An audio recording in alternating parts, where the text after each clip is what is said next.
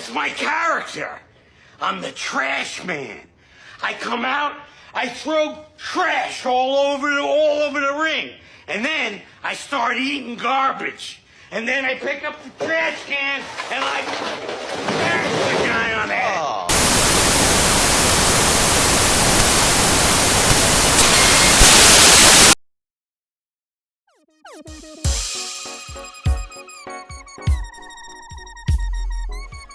He's a sitcom critic. He's a sitcom critic. He's really epic. He's a sitcom critic. He's a sitcom critic. He's a sitcom critic. He's really epic. He's a sitcom critic. I'm the sitcom critic, and today I'll be reviewing It's Always Sunny in Philadelphia. And I got something to say about that show. I got some strong words that I need to say to this show, specifically about its title. It's Always Sunny in Philadelphia? Really?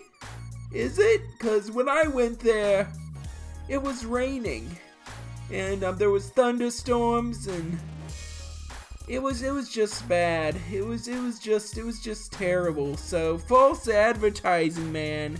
False advertising. Jokes aside, yeah. It's Always Sunny in Philadelphia is a really good show. And in this video, I'll be reviewing the episode, The Gang Wrestles for the Troops, which I think is the best It's Always Sunny in Philadelphia episode. It's a great episode. It's a great introductory episode to the show.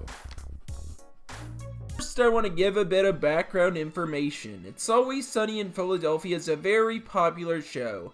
It's not your typical sitcom since it's very politically incorrect. The show is about a group of friends who run Patty's Pub in Philadelphia. One important thing to note is that Danny DeVito has a starring role in the show as Frank Reynolds. Frank is the father of Dennis and Dee. In this show, Dennis along with his friends Mac and Charlie are a part of a group called The Gang. Each episode of Always Sunny focuses on the gang doing something crazy together as a group. The show has been on the air since 2005 and so far has a total of 14 seasons. The Gang Wrestles for the Troops is the 7th episode of season 5 and it's a very solid episode. I was able to enjoy this episode without prior knowledge of the previous 4 seasons. The episode begins with the gang watching a Hulk Hogan wrestling match on a computer. They note that Hulk has Chinese hair and he has hot dog skin. Dennis says that the wrestling is clearly fake. Frank then remarks on how the wrestling isn't fake. Why does Frank think wrestling is real? Doesn't he know that the WWE secretly hires stunt grannies? Here's the secret. She's a stunt granny. And every night she puts on her pads and takes a fall. The 2 guys behind her are also plants who keep her from getting hurt. But does Granny really hate the wrestlers? Hardly. Still... While watching the match, Dee gets a message on her computer. The message is from a soldier she has been messaging online. This leads to the gang getting the idea to stage a wrestling show for the troops. Then the episode's title flashes on the screen while the show's theme plays. This theme song is iconic and has spawned several online memes which use the theme. What's really about this show's introduction is that it sets up the A-plot and B-plot of the episode. Following the intro, the gang prepares their wrestling match and runs to a wrestler named Maniac who they pay $30 to wrestle against, while Dee meets with her soldier love interest. Dee decides to go by the name Desert Rose, and her plan is to play Kiss from a Rose while dressed in red, and she plans to hand the soldier a rose.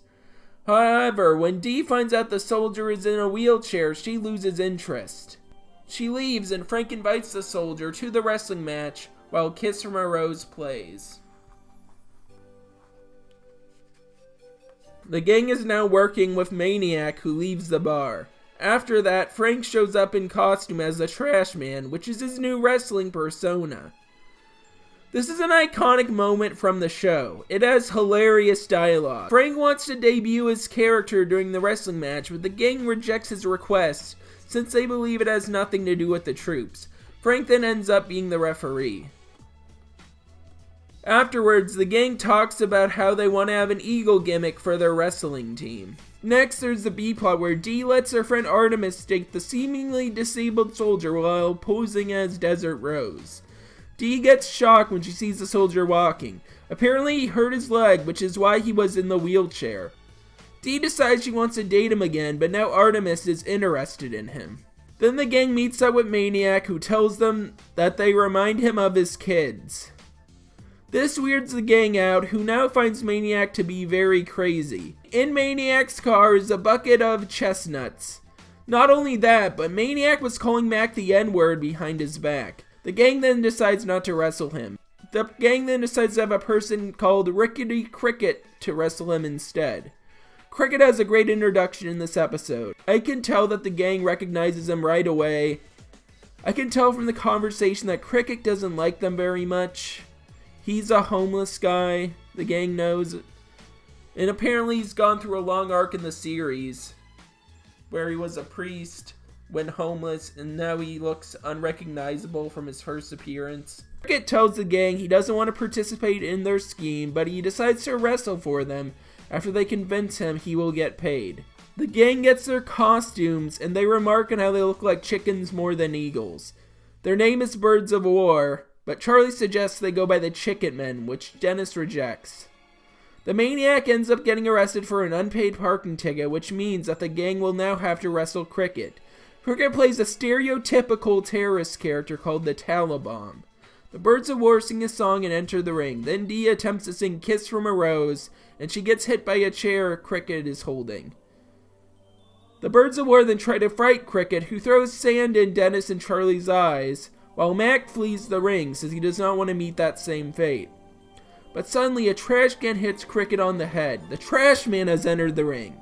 Cricket ends up bleeding from his neck. Everyone in the ring is in pain. Frank then raises his arms in the air, declaring himself as the winner, stating that he knew that shit wasn't fake. This was a great episode. The ending had great payoff with the trash man returning. After watching this episode, I definitely want to watch more of this show. It's Always Sunny in Philadelphia definitely lives up to the praise it gets. I highly recommend that you watch it. This has been the Sitcom Critic, and thanks for watching. Baby, I compare you to a kiss from a rose on the gray.